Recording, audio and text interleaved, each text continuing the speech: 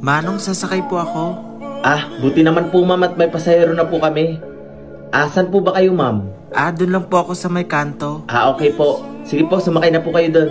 Sige po, salamat.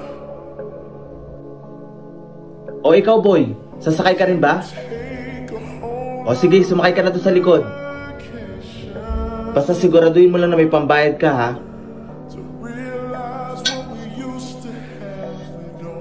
Manong, dito na lang po. Dito na lang po ba kayo? Opo, Manong, dito lang po ako. Sige po. Thank you po.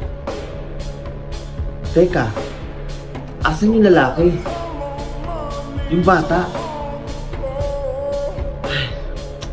Nag 1, 2, 3. Maliit na nga lang yung kinikita namin eh. Tapos di pa nagbayad yung batang yun.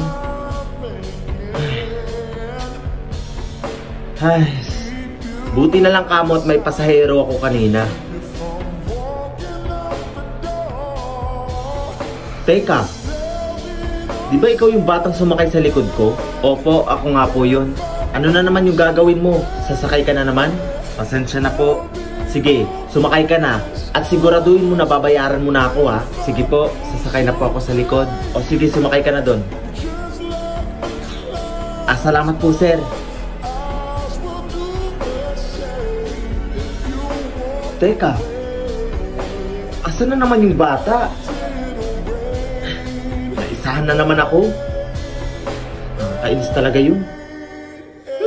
Bahala na nga.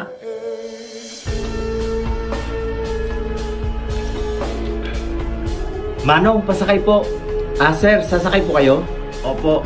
Saan po kayo banda, sir? Sa may kanto lang po ako, Manong. Sige, sumakay na po kayo dun. Sige po.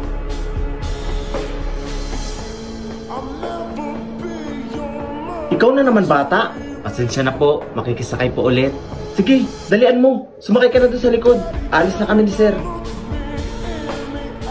Maraming salamat po, kuya ha. Bata, ang buhay natin ay napakaikli lang. Dapat ini-enjoy lang natin.